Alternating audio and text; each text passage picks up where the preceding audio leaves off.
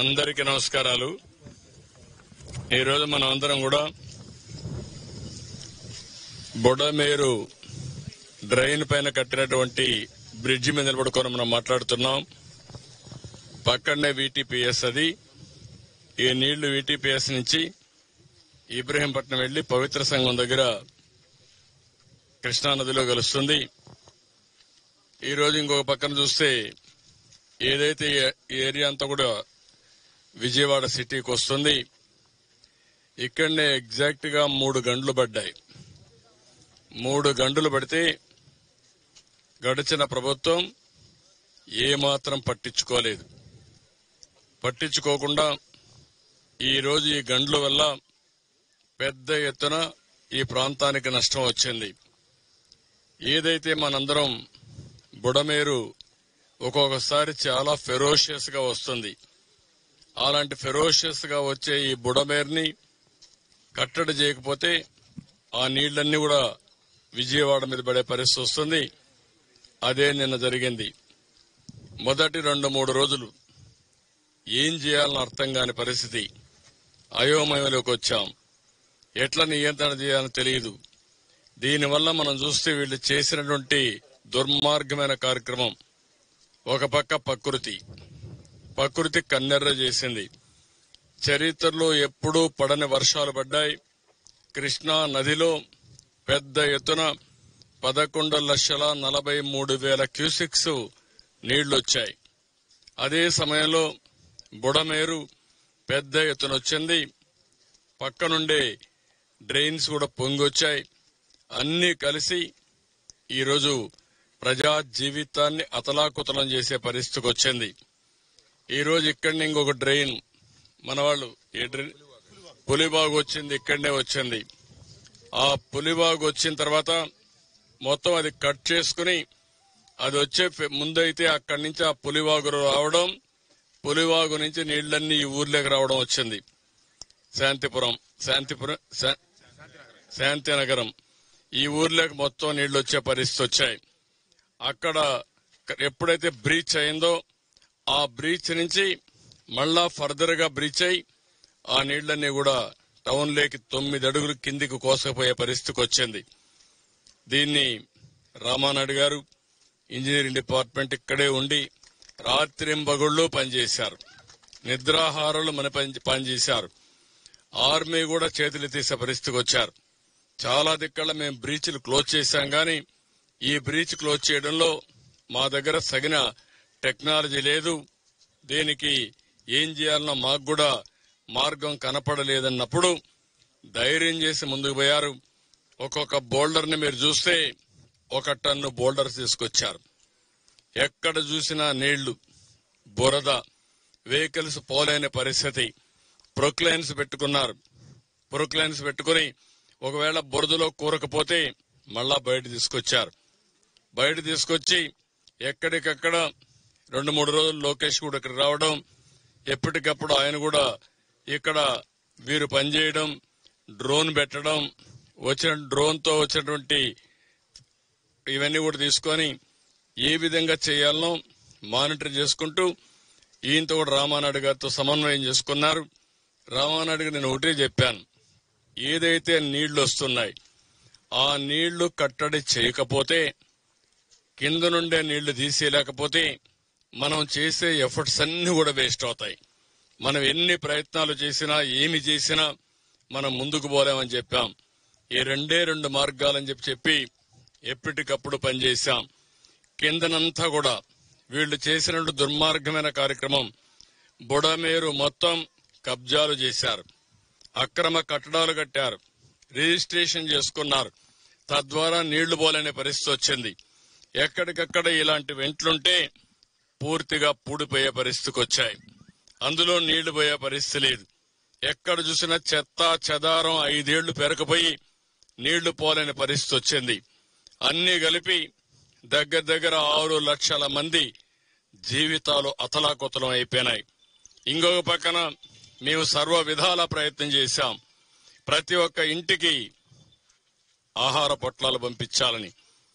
ఒక రోజున 10 లక్షల మందికి ఆహార పొట్లాలు పంపించి ఎన్నైనా పర్వాలేదు చేర్చమన్నాం. బోట్లు తెప్పించాం, ఎన్డీఆర్ఎఫ్ ను పెట్టాం, హెలికాప్టర్లు తెప్పించాం, ఆహార పొట్లాలు ఎక్కడికక్కడ హెలికాప్టర్ల ద్వారా సరఫరా చేశాం, డ్రోన్స్ పెట్టుకున్నాం. డ్రోన్స్ ద్వారా ఎక్కడికక్కడ బిల్డింగ్ల పైన ఉంటే ఆహారం పంపించే పరిస్థితికి వచ్చాం. ఎన్ని ప్రయత్నాలు చేసినా చివరి నుండే వ్యక్తులకి మేము సరిగా అందించలేకపోయాం. ఒక దుర్మార్గుడి యొక్క పాలనలో వీళ్లు చేసిన తప్పుడు పని వల్ల ఇలాంటి దుర్మార్గమైన కార్యక్రమాలు తయారయ్యే పరిస్థితి వచ్చింది. మనం నిలబడుకున్నటువంటి ఈ బ్రిడ్జికి కనీసం ఆ పక్క ఈ పక్క దారి 5 సంవత్సరాల్లో వేయలేకపోయారు. కనీసం ఒక దారి కూడా ఏర్పాటు చేయలేని వీళ్లు ఈ రాష్ట్రాన్ని ఏ విధంగా అభివృద్ధి చేశారో మనం గుర్తుపెట్టుకోవాల్సిన అవసరం ఉంది. అభివృద్ధి చేయకపోతే పర్వాలేదు. నేను ఆ రోజు నుంచి చెప్పాను, వ్యవస్థలు చిన్న భిన్నం అయిపోయినాయి, భ్రష్టు పట్టిపోయినాయి. ఈ వ్యవస్థల భ్రష్టు పట్టిపోయిన దానివల్ల ఎవరు పని చేయలేని మొరేలు లేదు, ఎవరు పని చేసే ధ్యాస లేదు. అక్కడి నుంచి నాకు 2-3 రోజులైతే శత విధాల అడ్మినిస్ట్రేషన్ ని ఫోర్స్ చేసినా మేము లాస్ట్ వేళ అనుకున్న లక్ష్యాలు నెరవేర్చలేకపోయాం. కానీ ఈ రోజు అడ్మినిస్ట్రేషన్ కూడా మీరు చూస్తే రాత్రింబగుళ్ళు పనిచేశారు, బురదలో తిరిగారు, కష్టపడ్డారు. ఈ రోజు ఎక్కడైతే ఇక్కడ రామానాయుడు గారు గాని, వెంకటేశ్వరరావు గాని, సాయి ప్రసాద్ వీళ్ళు ఎట్టయితే పనిచేశారో వాళ్ళ వింగ్ అంతా ఇక్కడ ప్రజలందరూ సహకరించారు.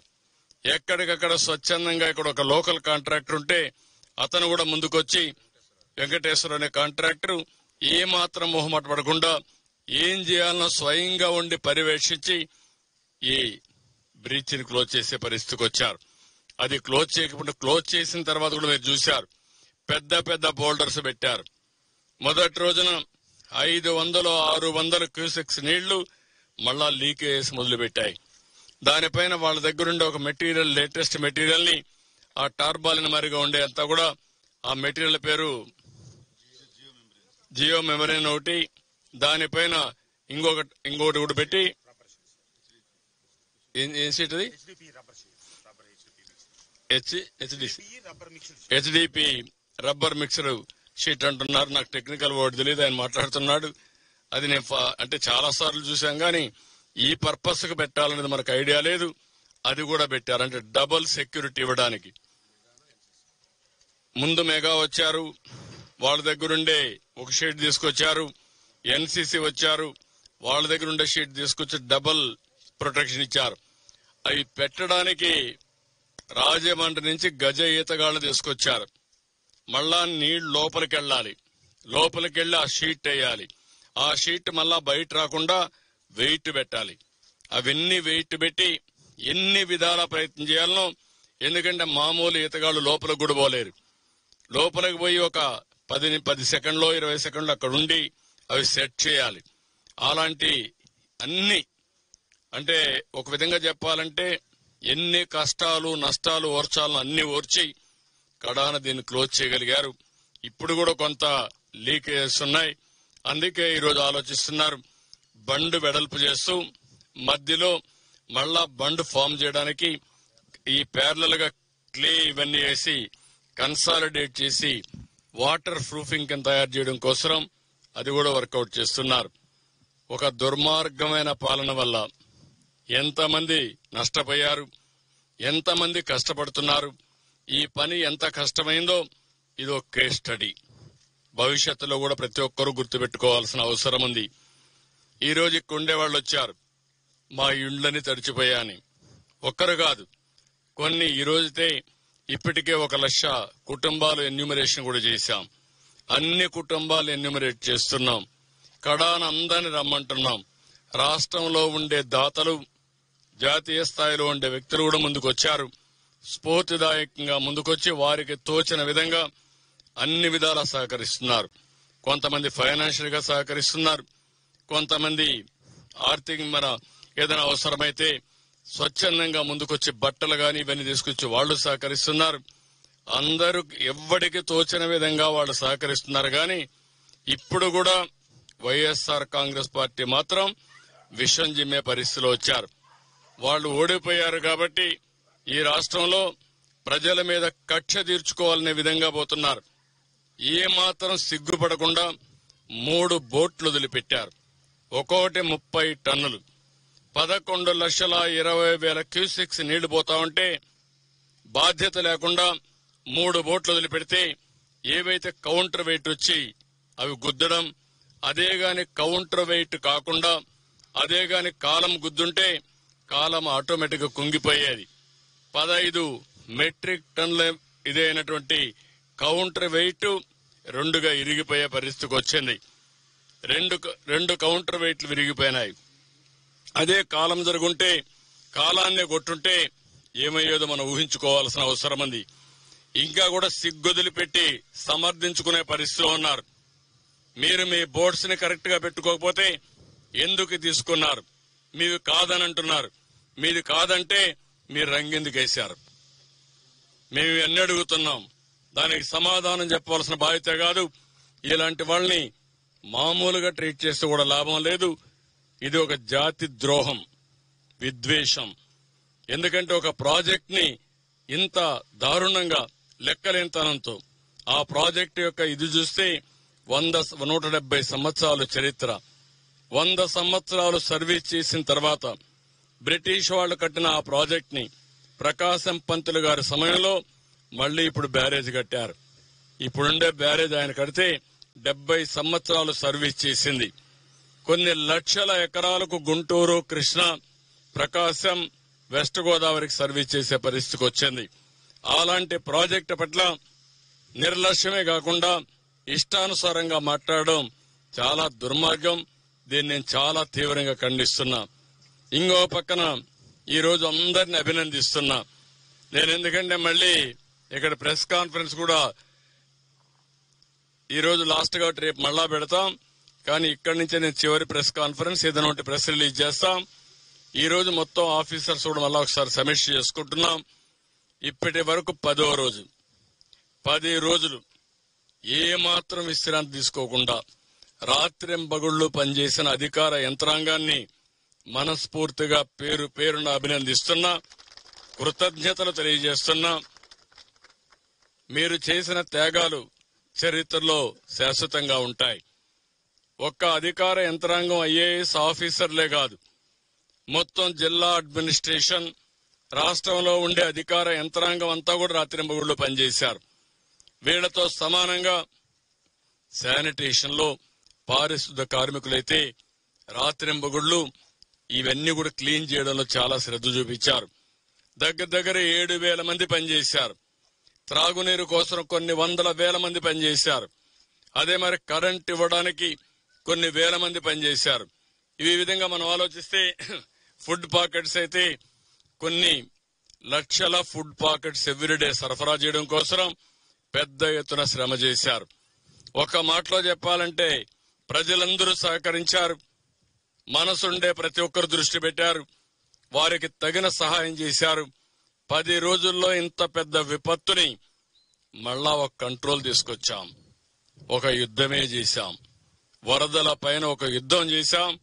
ఎవరైతే విద్వేషాలు రెచ్చగొట్టి వారు అధికారంలో ఉన్నప్పుడు చాలా వరకు దుర్మార్గంగా ప్రవర్తించి, నిర్లక్ష్యంగా ప్రవర్తించి ఈ గండులకు కారణమైన అవన్నీ పూడ్చాం.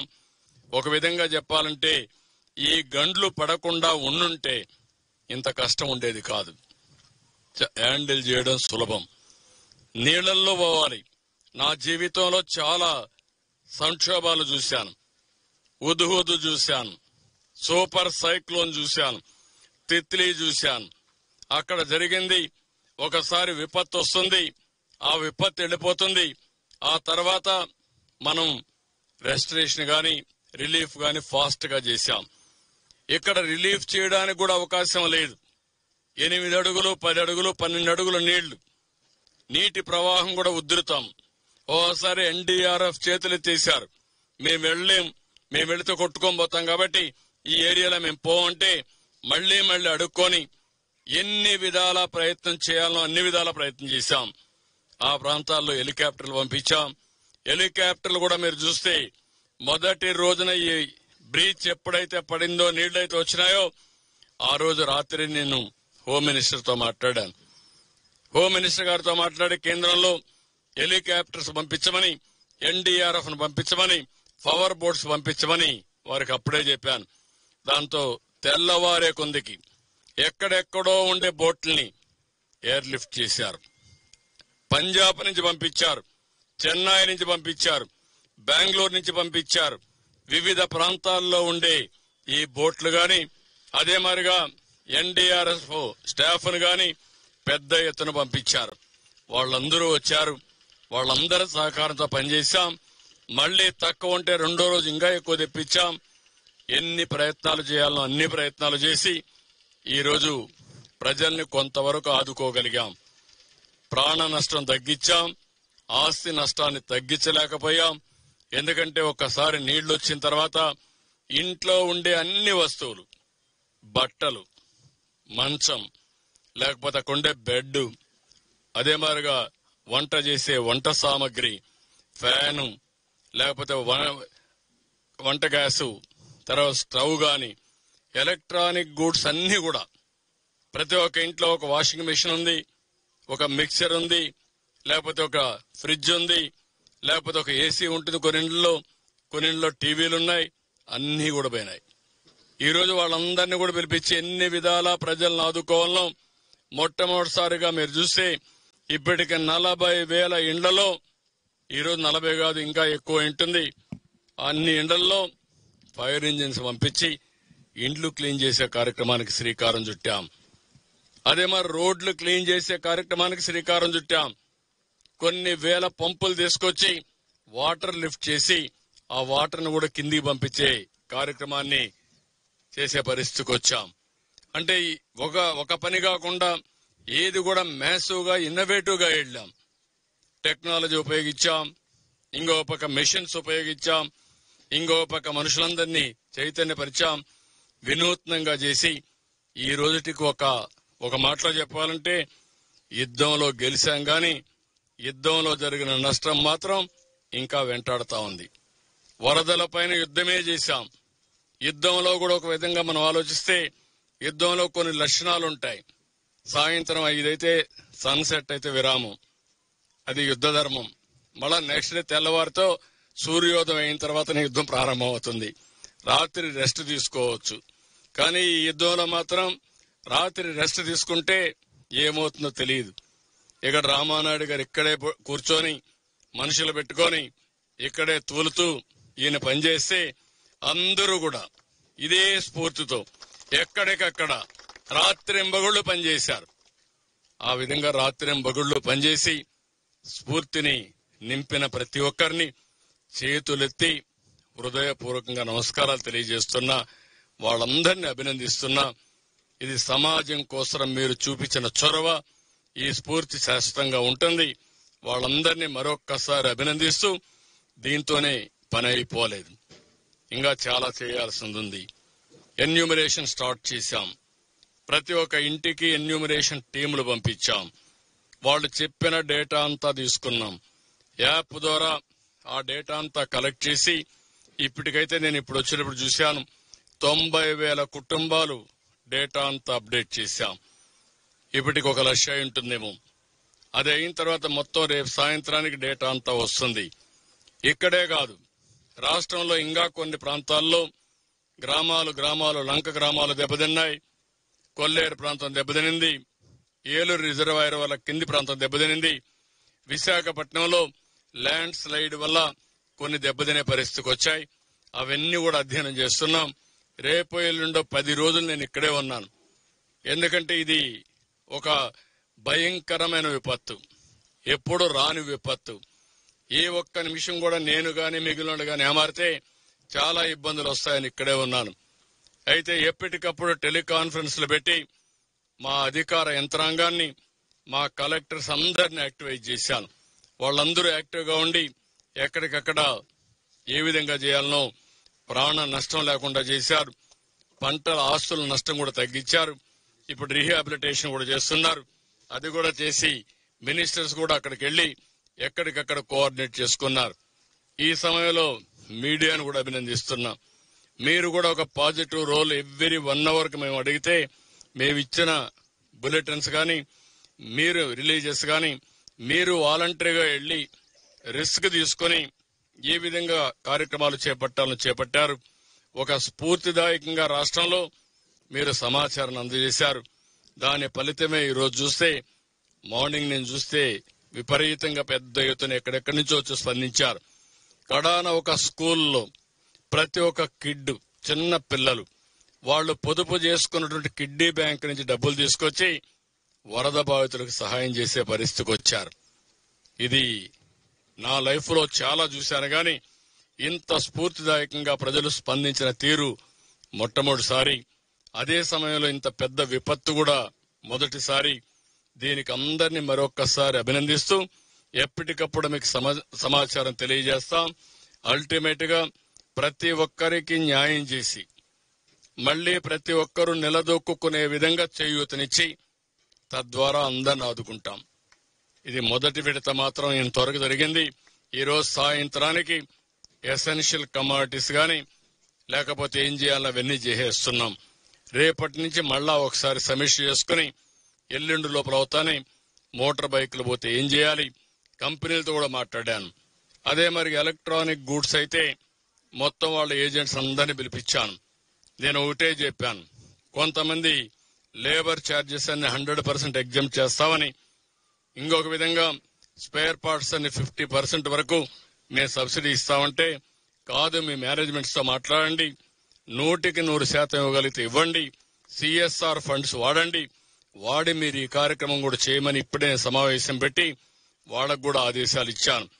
వాళ్ళు కూడా నాకు ఇచ్చినటువంటి విషయం మనం చూస్తే చాలా విషయాల్లో చేయగలుగుతాం గాని ఒక్క టీవీల్లో మాత్రం ఆ స్క్రీన్స్ గాని అవన్నీ పోతే అది వీలు కాదు.